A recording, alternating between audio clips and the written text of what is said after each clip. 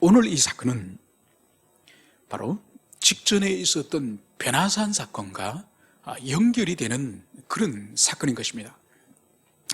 또 변화산 사건은 그 앞에 있었던 주님께서 제자들에게 세상 사람들은 나를 누구라 하느냐, 그러면 너희들은 내가 누구냐, 이 가이사 빌립보에서 주님이 제자들에게 질문한 사건과 다 연결이 되어 있는 일입니다. 여러분, 예수님께서 제자들을 가이사 빌립보란 도시로 이 제자들을 이끌고 가셨습니다. 그곳에서 주님께서 제자들에게 세상 사람들은 내가 누구라고 사람들이 말하더냐, 그리고 너희들은 이 예수가 누구라고 생각하느냐, 주님이 이 질문을 가이사라 빌립보라고 하는 이 도시에서 주님이 말씀하신 거예요. 여러분, 주님께서는 어디로 인도하시든지 어느 도시에서 가르치시든지 다 목적성을 다 가지고 있습니다. 왜 하필 가버나움에서도 그 질문을 할 수도 있을 텐데 왜 가버나움이 아니라 이 가이사라 빌립보로 이 제자들을 데리고 와서 그 질문을 했을까요? 그것은 바로 이 도시의 특징을 우리가 이해해야 되는 거죠. 이 가이사라 빌립보라는 이 도시는 이 아구스도 로마 황제가 이 헤롯 왕에게 하사한 선물로 준 도시예요. 선물로 이 가이사라 빌립보 도시를 선물로 줬는데, 이 헤롯이 이 도시를 선물로 받고 나서 이 황제가 너무 감사해가지고 뭘 하느냐, 이 도시에 황제 신전을 만들어요. 그래서 황제 아구스도를 신으로 숭배하는 이 황제 숭배의 신전을 이곳에 두는 거죠. 그래서 이 가이사라 이 빌립보 이 도시는 로마 사람들은 다 이 도시가 황제 숭배의 도시고, 이 도시는 황제로 가득 차 있는 황제의 근위와 황제의 영광을 돌리는 도시라는 것이 이미 이 도시 이름을 통해서 알 수 있는 거죠. 바로 이 도시에 황제의 영광을 위해 세워준 이 도시에 제자들을 데려가서 세상 사람들은 이 예수를 누구라 말하더냐, 이걸 질문하니까 제자들이 뭘 말하죠? 네, 주님, 세상 사람들은 주님을 죽은 세례 요한이라고 말하는 사람도 있습니다. 또 어떤 사람은 선지자 중에 한 사람이라고 말하는 사람도 있습니다. 그래서 주님이 두 번째 질문하시죠.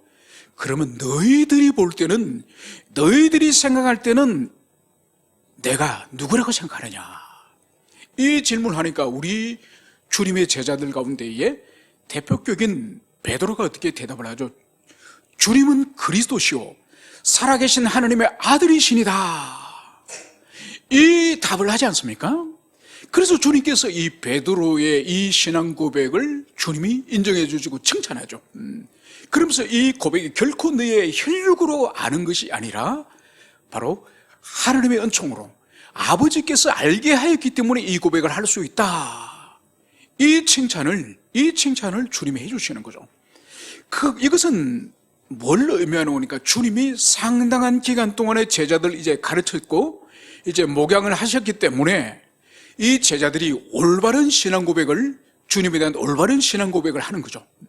그래서 이 자리에서 주님이 최초로, 이 가이사랴 빌립보에서 최초로 주님이 제자들에게 이제 인자가 예루살렘으로 올라가서 제사장들과 장로들에게 이제 붙잡혀서 고난을 당하고 거기서 내가 죽을 것이다, 이 말씀을 최초로 이 가이사랴 빌립보에서 주님이 제자들의 이제 믿음이, 신앙이 성장했음을 확인하고 주님의 고난과 십자가와 죽음과 이 부활을 비로소 여기서 주님 말씀하십니다. 여기서 이제 베드로가 주님에게, 주님 절대로 주님에게 그런 일이 일어나면 안 됩니다, 그렇게 간하다가 주님에게 사단아 물러가라, 잠시선마더라도 그렇게 이 베드로가 칭찬을 받았는데 주님의 뜻을 몰랐던 것이죠. 주님은 이 땅에 십자가의 죽으심으로 창세 이후로 이 인류의 모든 이 죄와 사망의 흑암의 세력을 잡혀 있는 이것을 구속하기 위해서 십자가 죽으시러 오셨는데, 베드로는 주님이 그리스도인 것을 알았지만은 그 그리스도의 사역의 본질이 십자가 죽으시는 것이 아니라 예루살렘에 올라가서 왕으로 등극하는 것을 이 제자들은, 베드로를 비롯해 이 제자들은 그렇게 알고 있었기 때문에 바로 주님의 십자가 죽으심을 이 베드로는 그것을 절대로 일어날 수 없습니다, 이 간언을 하지 않았습니까? 바로 이 일이 있고 나서 바로 이 9장 초두에서는 여섯째 날 후에 주님이 이제는 이 제자 12 가운데에 12들을 다 데리고 변화산에 올라가는 것이 아니라 3명, 바로 베드로, 야고보, 요한, 이 3명의 제자들만 데리고 9명은 산 아래 두고 이제 주님이 변화산에 올라가신 거죠. 변화산에 올라가셔서 영광스러운 모습으로 주님이 변형이 됩니다. 그리고 그 옆에는 모세와 엘리야, 구약의 선지자 계열과 율법을 상징하는 이 두 사람이 우리 주님을 보좌하는 이 산꼭대기에서 그들도 영광스럽게 변화되어서 우리 주님을 보좌하는 장면을 이 3명의 제자들이 보는 거죠. 그러면서 이들에게 이제 하나님께서 뭘 말씀하십니까? 베드로가 여기가 좋사오니 여기에 초막을 3개를 지어서 하나는 주님을 위해서, 하나는 엘리야를 위해서, 하나는 모세를 위해서 우리가 초막을 3개를 짓겠습니다. 그러니까 예수님이 말대꾸를 하지 않으시죠? 아무 말도 하지 않으십니다. 오히려 하늘에서 아버지 하나님의 음성이 들려오죠. 이런 내 사랑하는 아들이니 너희는 그의 말을 들으라. 그래, 너희들이 뭘 하려고 말하지 말고, 너희들이 뭘 해보겠다고 그런 말 하지 말고 주님의 말씀을, 아들의 말씀을, 그거를 잘 들으라. 주님이 이 말씀하는 거죠. 그러면서 제자들은 그 산에 있기를 원했지만 주님은 내려가자 그러십니다. 산 아래에 내려왔을 때의 사건이 바로 오늘 우리가 읽었던 이 본문이 바로 산 아래에는 도대체 무슨 일이 일어나고 있느냐. 산 위에서는 영광스러운 주님의 그 변형된 모습을 주님이 제자들 3명에게 보여줬지 않습니까? 여러분, 보여주신 이유는 왜 보여주셨을까요? 그것은 장차 주님께서 이제 고난과 죽으심을 말씀하셨죠, 제자들에게. 이제 제자들이 그것을 알려줬기 때문에 이제 주님이 죽고 주님이 성천한 이후에는 주님이 없는 세상에 옵니다. 그때에 그들이 이제 박해를 당하고 환난을 당하고 그러면서 그들이 복음을 전하고 교회를 세우는 일을 감당하게 되는 거예요. 바로 그때 그들이 낙심하지 않고, 그들이 좌절하지 않고, 그들이 넘어지지 않도록 하기 위해서 장차 그들의 영광스러운 모습을 주님이 보여주시는 거죠. 그래서 주님과 모세와 엘리야의 영광스러운 모습을 통해서 너희들이 내 안에 있고 내가 너희 안에 있음으로 말미암아서 너희들도 영광스러운 모습으로 변화될 것이다. 이거를 주님께서 제자들에게 보여주신 거예요. 여러분, 이것이 제자들에게 보여주신 거로 간다면 교회 시대의 모든 참된 하나님의 자녀들에게 보여주신 것은 더 영광스러운 모습은, 물론 이 변화선 사건도 우리도 장차 이렇게 변화됩니다. 이거보다는 바로 요한계시록이죠. 요한계시록에 보면 천상의 예배 장면이 나오지 않습니까? 보좌를 한 중심에 두고 그 주변에 24장로와 천사들과 그리고 수많은 흰옷을 입은 사람들이, 이 세상의 족속과 열방들이 다 모여서 이 종려나무 가지를 흔들면서 천상의 예배 장면을 보여주지 않습니까? 그 장면과 계시록 제일 마지막에 이제 21장 거기 가면은 뭐가 등장합니까? 하늘로부터 새 예루살렘 성이 이제 땅으로 내려옵니다. 그래서 영광스러운 하나님의 나라가 임하는 것을 보여주는 거죠. 그리고 그 진주문으로 모든 하나님의 자녀들이 그 천국 속으로 이제 들어가는 장면이 나옵니다. 그래서 다시는 밤도 없고 질병도 없고 사망이 없는 영원한 복락의 나라가 계시록 제일 마지막에 등장하는 거죠. 그래서 여러분, 우리가 항상 기억해야 될 것은 이 땅에서 죄와 싸우고 우리의 안에 있는 욕망과 싸우고 우리가 부정한 것과 싸워야 되지만은 이거로만 이 험한 세상을, 더러운 세상을, 죄된 세상을 절대로 통과하지 못합니다. 마지막 천상의 예배의 장면, 마지막에 그 새 예루살렘 성으로 들어가는 하나님의 백성들의 그 입성의 장면, 이거를 가슴에 품어야 되는 거예요. 그래야 우리가 이 험한 세상을 우리가 이를 통과하여서 마침내 하나님 나라에 이룰 수 있는 것이지. 그래서 주님께서는 바로 자신의 부재, 이제 주님이 십자가에 죽으시고 그리고 40일 지나서는 이제 하늘로 올라가시는 그 이후에 남겨진 교회와 남겨진 제자들이 어떻게 사역을 하면서 신앙을 가질 것인지를 미래의 영광스러운 모습을 통해서 격려하기 위해서 변화산의 모습을 보여준 것이라는 것을 우리가 기억을 해야 될 것입니다. 이제 그 사역이 끝나고 나서 오늘 14절, 이에 그들이 제자들에게 와서 보니, 여러분 누가복음에서는 이제 그들이 제자들에게 다시 돌아와서 본 이것을 이튿날 이렇게 기록을 하고 있습니다. 그러니까 이 산 위에서 이튿날 주님과 제자들이 내려와서 다시 9명의 산 아래에 있는 제자들을 이제 만난 것임을 누가복음에서는 이튿날이라고 말씀을 하고 있습니다. 그런데 이제 내려와서 보니 어떤 일이 벌어졌습니까? 큰 무리가 그들을 둘러싸고 서기관들이 그들과 더불어 변론하고 있더라. 여러분, 예수님이 내려오셔서 이 9명의 제자들을 보니 많은 사람이 이 9명의 제자들을 무리들이 둘러싸고 있는 거예요. 이 제자들이 둘러싸여 있고, 이 둘러싸여 있는 가운데 이 제자들이 지금 무엇을 하느냐? 서기관들과 더불어 변론하고 있더라. 여러분, 지금 이 느낌이 아주 지금 안 좋은 느낌이죠, 그죠? 이 무리들이 이 9명의 제자들을 둘러싸고 있고, 이 9명의 제자들은 지금 율법의 전문가인 이 서기관들에게 둘러싸여서 변론을 지금 하고 있는 거예요. 그러니까 지금 궁지에 몰려서 이 제자들이 무리들에게는 조롱을 당하고, 무리들에게는 비웃음을 당하고, 그리고 이 율법학자인 서기관들은 율법적으로 지금 이 제자들이 어떤 하는 행동에 대해서 아마 도전을 했을 수 있을 것입니다. 율법적으로 지금 너희들이 하는 일이 옳지 않다. 너희들이 지금 율법적으로 부당한 일을 하고 있다. 아마 율법을 가지고 지금 이 서기관들이 논쟁을 지금 하고 있을 것입니다. 바로 이때 주님이 지금 내려오신 거예요. 그래서 15절, 온 무리가 곧 예수를 보고 매우 놀라며 달려와 문안하거늘. 지금 9명의 제자들이 사람들에게 둘러싸여 있고, 지금 서기관들에게 율법적으로 지금 궁지가 몰려 있을 때에 주님이 지금 도착하신 거야. 그러니까 이 무리들이 주님을 보고 놀라면서 주님을 향해서 지금 달려가서 지금 인사를 하는 거야. 그러니까 이 무리 속에는 아마 제자들도 있을 겁니다. 그러니까 지금 궁지에 모였을 때 이 선생님, 주님이 지금 돌아왔으니 이 제자들이 얼마나 지금 사면초가 같은 상황에서 주님이 돌아왔으니 얼마나 반갑고 기쁘겠습니까?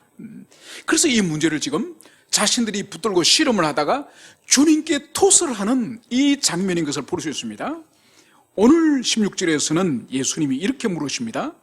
너희가 무엇을 그들과 변론하느냐? 여러분, 주님께서 지금 제자들이 이 서기관들과 무슨 변론을, 무슨 토론을, 무슨 논쟁을 하는지 몰라서 지금 물어보려고, 도대체 너희들이 무슨 논쟁을 했느냐? 몰라서 물어보실 겁니까? 절대로 그렇게 알죠. 다 아시면서 도대체 너희들이 이 서기관들과 논쟁을 할 일이냐? 여러분, 오늘날도 신앙의 문제를 가지고 논쟁을 할 수 있습니다. 할 수 있지만은 논쟁으로 이길 수도 있고 논쟁을 질 수도 있지만은, 여러분, 논쟁의 결과는 우리에게 어떤 것을 줍니까? 은혜를 줘요? 논쟁에서 상대방을 이렇게 꽉 밟아버리고 말로써 확 까버리고 그래 말로 이기면은 막 은혜가 충만해집니까? 아니에요. 논쟁은 누구에게도 은혜를 주지 않습니다. 심지어 논쟁으로 그 사람을 격파하고 이겼다 할지라도 그 사람에게 돌아오는 건 교만해요. 그리고 다른 지체, 다른 형제에게 만약 질 경우에, 논쟁에서 질 경우에 돌아오는 게 뭐죠? 형제에 대한 미움이에요. 그래서 논쟁은 가급적 피해야 됩니다. 물론 진리와 관계되는, 생명과 관계되는, 영생과 관계되는 이 진리 문제는 물론 논쟁을 할 수 있지만은, 그러나 가급적 절대로 온유한 마음으로 설득을 하고 권면을 해서 누구도 상처가 되지 않고, 논쟁을 하더라도 자신이 이겨서 자기 영혼이 교만해지지 않도록 아주 지혜롭게 이것을 다루어야 되는 거죠. 그렇지 않고 일방적으로 짓밟아버리고 일방적으로 자기가 이겼다는 마음을 가지게 되면은 그 사람 교만해서 넘어집니다. 또 상대방은 상처를 받고 관계가 깨어질 수 있습니다. 그래서 매우 조심해서 이 논쟁을 해야 되는 것이죠. 그러면서 이제 17절에 보면 무리 중에 한 사람이 앞에 나와서 예수님에게 이렇게 말을 합니다. 예수님, 선생님, 말 못하게 하는 귀신 들린 내 아들을 선생님께 데려왔나이다. 귀신이 어디 있어든지 그를 잡으면 거꾸로져 거품을 흘리며 이를 갈며 그리고 파리해지는지라. 내가 선생님의 제자들에게 내쫓아달라 하였으나 그들이 능히 하지 못하더이다. 지금까지 무리에게 둘러싸여 있고 서기관과 논쟁을 하는 이 상황이 뭔지를 이제 이 한 귀신 들린 아이의 아버지가 지금 이 정황을 지금 설명하는 거예요. 그 정황이 바로 뭡니까? 자기의 아들이 귀신이 들리는데 말 못하게 하는 귀신이 들렸다는 거예요. 여러분, 귀신이 이 복음서 안에는 귀머거리 귀신도 있습니다. 그 귀신이 사람 속에 들어가면은 말을 못하게 하는 벙어리를 되게 하는 귀신도 있고, 그리고 또 듣지 못하게 하는 귀신도 있고, 또 지난번에 우리가 그라사 지방에 그 귀신은 어떻게 합니까? 엄청난 괴력, 심지어 쇠사슬도 끊어버리는 그런 괴력을 가지고 폭력적인 그런 성향을 가진 그런 귀신도 있습니다. 하여튼 귀신은 다양한 파괴적인 그리고 흑암의 세력이기 때문에 아주 악한 그런 능력을 가지고 있는 거죠. 바로 이 아버지의 아들에게 있는 이 귀신은, 들어온 이 귀신은 바로 말을 못하게 하는 그런 귀신인 것을 오늘 주님께 오늘 말을 하고 있습니다. 그럼 이 귀신이 들리면, 그를 잡으면, 그러니까 자기 아들을 이제 사로잡으면 그 인격 속에 그 귀신이 완전히 역사하면 어떤 현상이 일어나냐? 거꾸로져 거품을 흘리며 이를 갈며 그리고 파리해지는지라. 바로 이 귀신의 역사가 그 아이의 인격 속에서 확 귀신이 역사하면은 거꾸로지고, 그러니까 제자리에 서 있지 못하고 드러누워서 온몸을 파닥이면서 이 거꾸로지는 걸 말하는 거죠. 그리고 입에 거품을 물고, 마태복음에서는 이 아이를 귀신이 들리고 간질병, 이 두 가지를 말해요. 그래서 거품을 흘리고 그걸 이빨을 가는 거야. 여러분, 사람이 의식적으로 여러분들이 이빨 가리고 하면 이빨 갈립니까? 안 갈려요. 밤에 무의식적으로 잠을 잘 때는 이빨을 가는 사람들이 있습니다. 안 그러면 아주 분노할 때나 아주 정말 내면 속에 이 악한 본성이 드러났을 이빨을 가는 사람이 가끔 있습니다. 그런데 보기가 아주 힘든 현상이에요. 그리고 어떡합니까? 파리해지는지라. 얼굴에 핏기가 사라져버리고 파리해지는 이런 정상을 지금 이 아들이 보이고 있는 것을 볼 수 있습니다. 여러분, 귀신이 들리고 간질이 걸린 사람을 보면 정말 비참해요. 저희 어릴 때 저희 바로 산 너머에 저희 고모님이 바로 이웃 마을에 시집을 가셨어요. 그 집안에, 고모님 집안에 바로 한 분이 이 간질, 이 귀신 들린 분이 있는 거예요. 그러니까 이분이 큰 소리에 충격을 받는 이분이 발작을 하는 거야. 한 번은 6월 달에 모내기를 하기 전에 이제 물론에 이제 썰애질을 하지 않습니까? 물론을 갈고 땅을 부드럽게 하게 썰애질을 하러 갔는 그날에 하늘에 비가 엄청 내린 거예요. 그런데 그날 비가 내리면서 천둥벼락이 친 거예요. 그런데 이분이 그 소리에 충격을 받아가지고 그 물론에 논을 쟁기질 하다가 발작이 일어난 거예요. 그리고 아무도 보는 사람이 없으니, 보는 사람이 있으면 그 사람을 이제 끌고 논둑이나 그런 데 옮겼을 텐데, 그 물이 질퍽질퍽한 그 물론에 막 혼자서 바닥에다가 얼굴을 하늘을 들고 정신을 잃었으면 괜찮을 텐데, 이 논을 향해서, 물론을 향해서 얼굴을 잠기면서 이분이 기절한 거예요. 바로 사망을 했죠. 그러니까 가족이 돌아오지 않으니 들판에 나가 보니까 물론에 그대로 머리를 땅에 숙이고 이분이 돌아가신 거죠. 그래, 들판에 일하는 동안에 벼락이 쳐가지고 이분이 그 충격에 돌아가신 거죠. 얼마나 비참한지 모릅니다. 얼마나 비참한지. 그러니까 저희 학교 다닐 때도 친구 중에서 간질 환자가 있습니다. 그리고 발작을 하면은 책상 의자 다 뒤로 물이라 그러고 선생님이 이 손수건을 말아가지고 입에 콱 물어주는 거죠. 안 그러면 혀를 깨물거나 자해를 할 수가 있기 때문에 그 한참 동안 막 교실에서 뒹굴뒹굴 하다가 입에 거품 물고 뒹굴뒹굴 하다가 시간이 지나면 죽은 사람이 쭉 늘어집니다. 그러면 회복이 되는 거죠. 그러니까 이러한 자식을 두고 있는 거예요. 이 아버지가 이런 자식을 예수님이 오셨다는, 이 가이사랴 빌립보에 예수님이 오셨다는 소식을 듣고 이 자식을 한번 고쳐보려고, 이 자식을 고쳐보려고 왔는데 선생님은 계시지 않고 9명의 제자들이 있는데 내쫓아 달라고 했는데 이 제자들이 능히 그것을 하지 못하더이다. 이것을 지금 주님 앞에 이것을 고백하는 거예요. 이 소식을 들은 우리 주님의 마음이 얼마나 답답하시겠습니까? 왜냐하면 이 마가복음 6장에서 예수님이 2명씩 제자들 파송하는 장면이 나옵니다.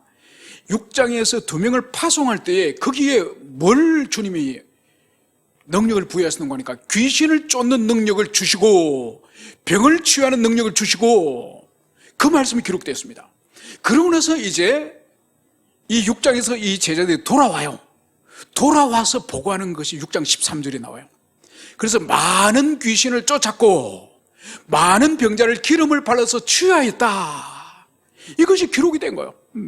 그러니까 이미 이 제자들은 귀신을 쫓는 능력을 이미 주님으로부터 받았고 권세를 받았고 병자를 치유하는 권세를 받았고 그리고 실제적으로 2명씩 짝을 지어서 나가서 귀신을 쫓고 병자를 치유하는 경험을 가지고 있는 제자들이요. 그런데 이들이 이 9명의 제자들이 산 아래에서 기다렸지만은 이 아이의 지금 몸에 들어있는 이 귀신 하나를 지금 쫓아보내지 못하고 쩔쩔매고 있는 거예요. 쩔쩔매고. 쩔쩔매고 있을 뿐만 아니라 이 서기관들에게 또 신학적으로 공격을 받아가지고 거기서 또 쩔쩔매고 있는 거예요. 이 모습을 본 주님의 마음이 얼마나 상했습니까?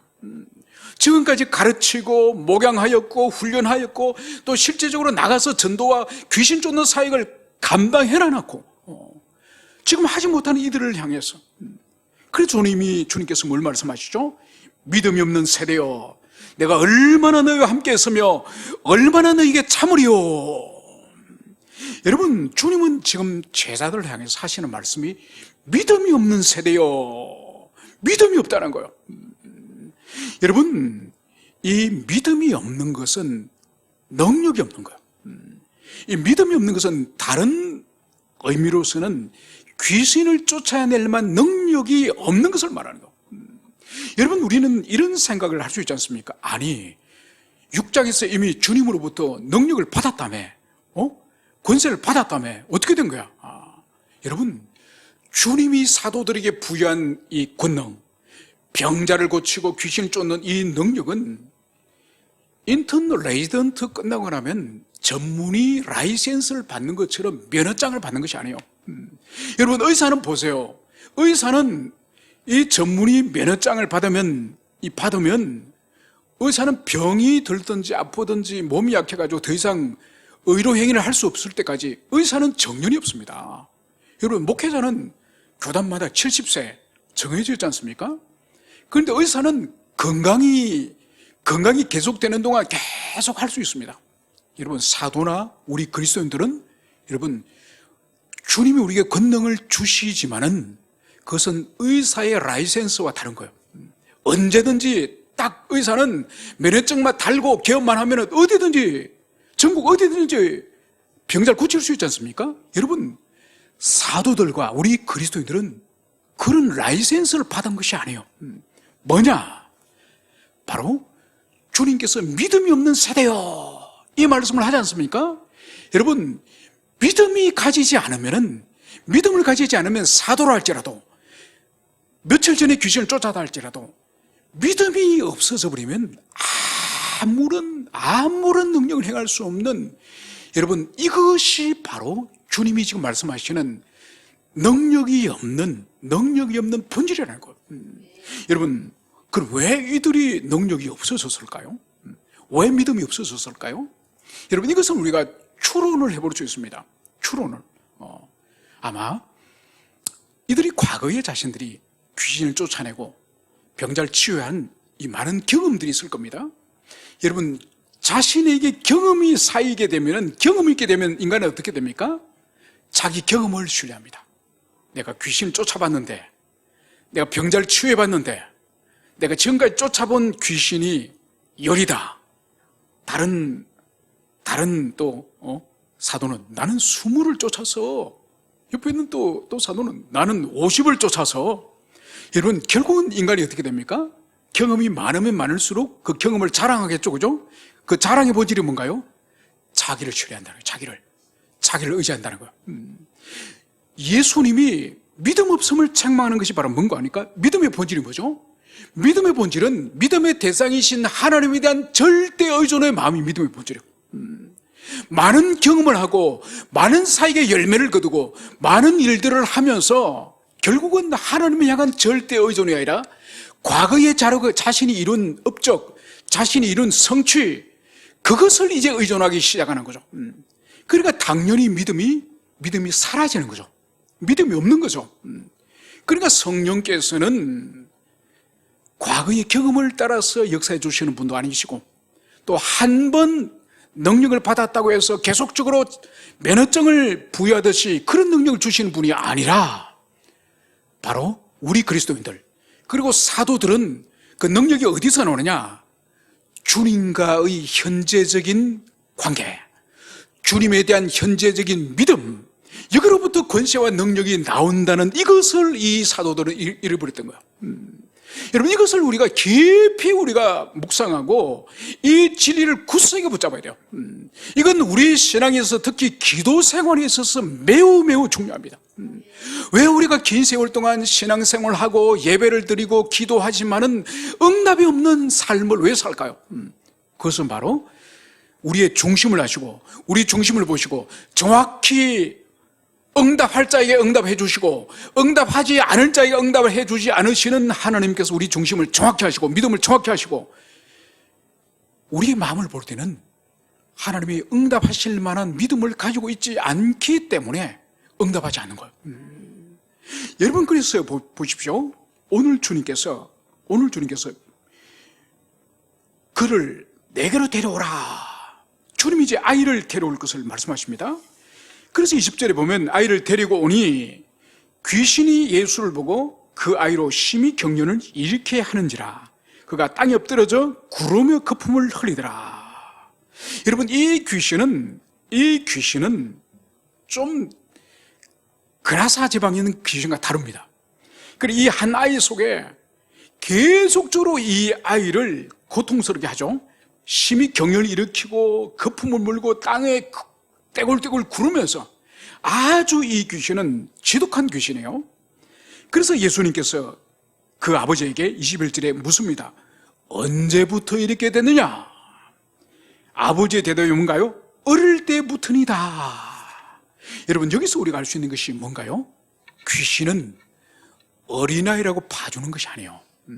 어린아이라고 봐주는 게 아니에요.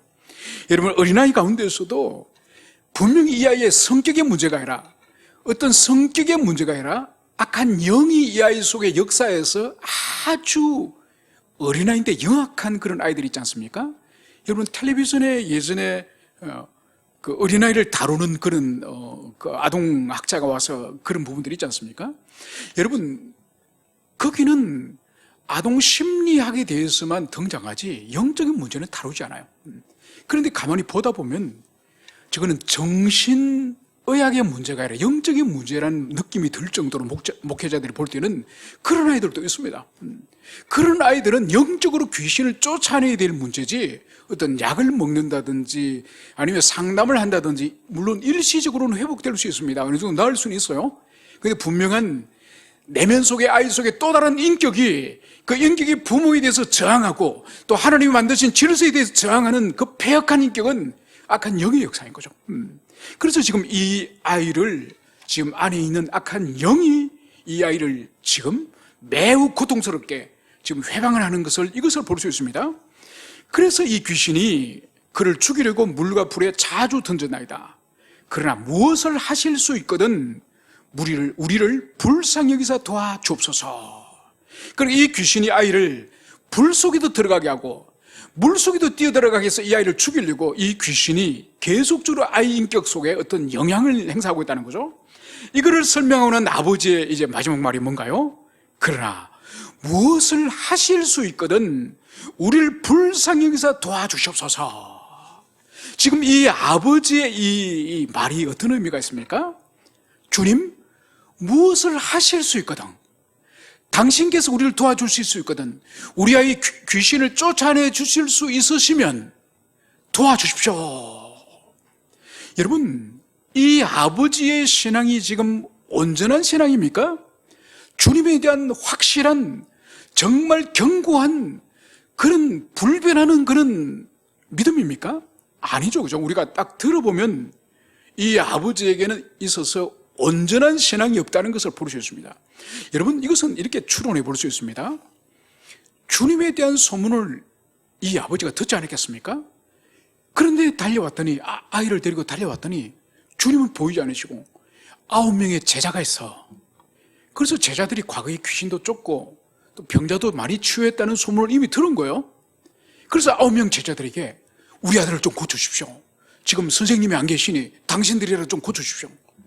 그런데 이 어린아이 한 명을 두고 9명이 떡을 치는 거예요. 떡을 쳐. 감당을 못하는 거예요. 그러니까 이 아버지의 마음이 어떤 마음이 들겠습니까? 이 9명의 제자들이 못하는구나.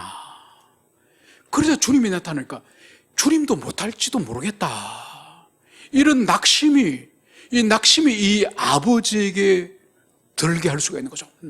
그래서 이 아버지가 지금 확신을 가지지 못하고 바로 무엇을 하실 수 있거든 우리를 불쌍히 여기사 도와주소서, 이 대답을 하는 것을 볼 수 있죠. 이 불완전한 이 믿음을 주님께서 보시고 오늘 23절에서 주님은 이렇게 말씀하십니다. 할 수 있거든이 무슨 말이냐? 믿는 자에게는 능히 하지 못할 일이 없느니라.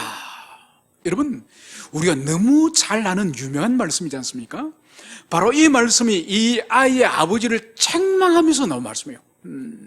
그래서 이 아버지가 만약 주님이 하실 수 있으면 우리 좀 도와주십시오, 이 말에 대해서 지금 주님은 따끔하게 책망하는 거죠. 할 수 있거든이 무슨 말이냐? 왜 그런 말을 하느냐? 믿는 자에게는 능히 하지 못할 일이 없느니라. 여러분, 주님께서 말씀하시는 믿는 자에게 능치 못한 이 일이 없는 이 믿음을 가진 사람들이 지금까지도 이 복음서 안에, 마가복음 안에서도 여러 명이 지나갔습니다. 여러분, 혈루병 걸린 여인이 이런 태도로 주님의 옷자락을 만졌습니까? 아니죠, 그죠? 가만히 다가와서 주님의 옷자락을 주님도 모르게끔 살짝 만지면 그런 병이 날 거라는 확신을 가졌습니다. 여러분, 그리고 또 수르보니게 여인 딸을 여러분 기억하시죠? 그 딸이 또한 귀신 들리지 않았습니까? 귀신 들렸는데 이 어머니가 나오지 않았습니까? 저희 어린 딸이 귀신이 들렸는데 주님 고쳐주십시오. 그러니까 이 수르보니게는 이방 땅이죠. 그래서 주님이 이 여자에게 모욕을 줍니다. 아니, 자녀의 떡을 왜 개에게 주나? 그러니까 자녀는 하나님 백성의 자녀 유대인을 말하고 개들은 이방인을 말하죠. 그래서 수르보니게 여인에게 아니, 개가 와서 어떻게 하나님의 은혜를 받으려고 하느냐? 이 끔찍한 인격 모독적인 이 말을 주님이 일부러 하시는 거죠. 바로 이 여인은 거기에서 물러나지 않습니다. 이 여인은 주님의 마음을 정확히 알고 있는 거죠. 맞습니다, 주님. 저는 개입니다. 저는 이방인 개예요. 언제 제가 하나님의 자녀들이 먹는 떡을 달라고 했습니까? 밥을 달라고? 아닙니다. 바로 자녀들이 먹다가 땅에 떨어지는 부스러기라도 주십시오. 부스러기라도 주시면 되겠습니다. 이 말을 이 수르보니 여인이 하지 않았습니까? 바로 그 말을 듣고 주님이 무릎을 치면서 이 여인의 믿음이 얼마나 큰지, 가거라, 네 딸이 나았다. 그러면서 이 여인이 온전히 치유되지 않았습니까? 여러분, 마태복음에 가면은 가버나움의 이 백부장, 아주 신앙이 경건한 백부장이 한 사람이 살았습니다.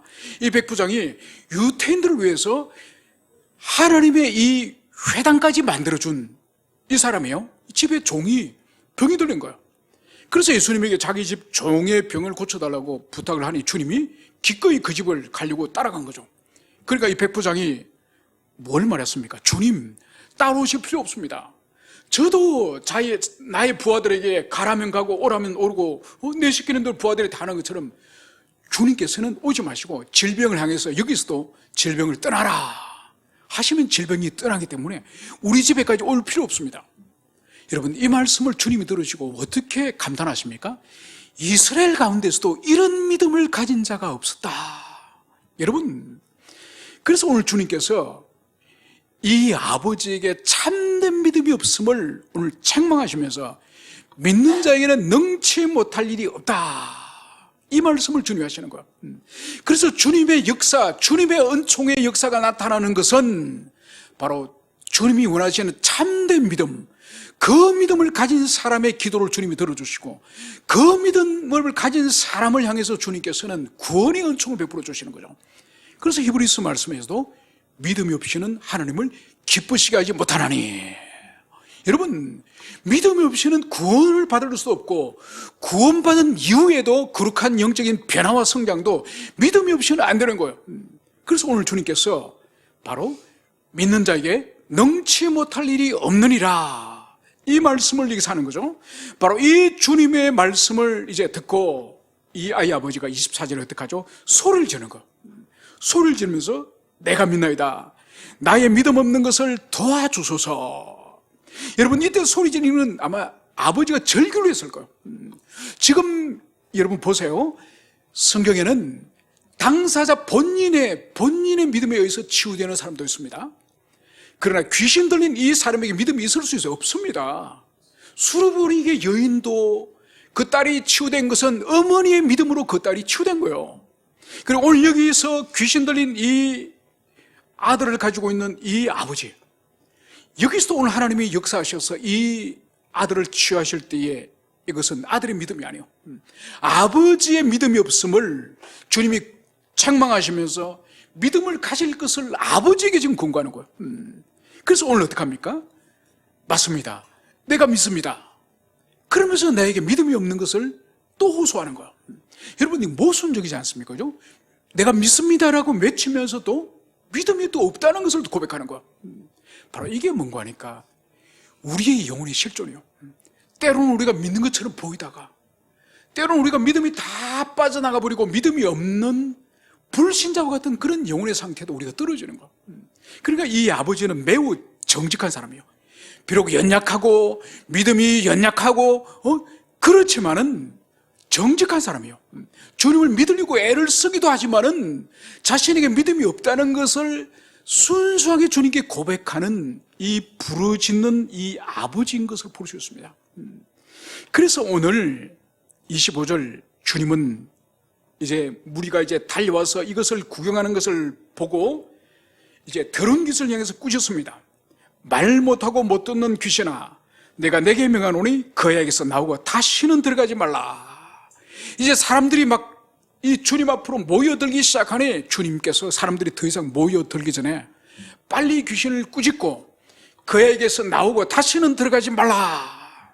주님이 이 말씀하시는 거죠. 이 말씀이 떨어지자마자 오늘 26절에 27절에 귀신이 소리 지르며 아이로 심히 경련을 일으키게 하고 나가니 그 아이가 죽은 것 같이 되어 많은 사람이 말하기를 죽었다. 여러분, 이 귀신이 마지막 발악을 하는 거예요. 나가기 전에 마지막 발악을 하는 것이 또 아이를 경련을 일으키고 거품 물고 온 몸을 땅바닥에 대골대골 구르면서 발작을 또 하는 거예요. 그러면 귀신이 빠져나갑니다. 그러자 그 아이가 어떻게 됐다고요?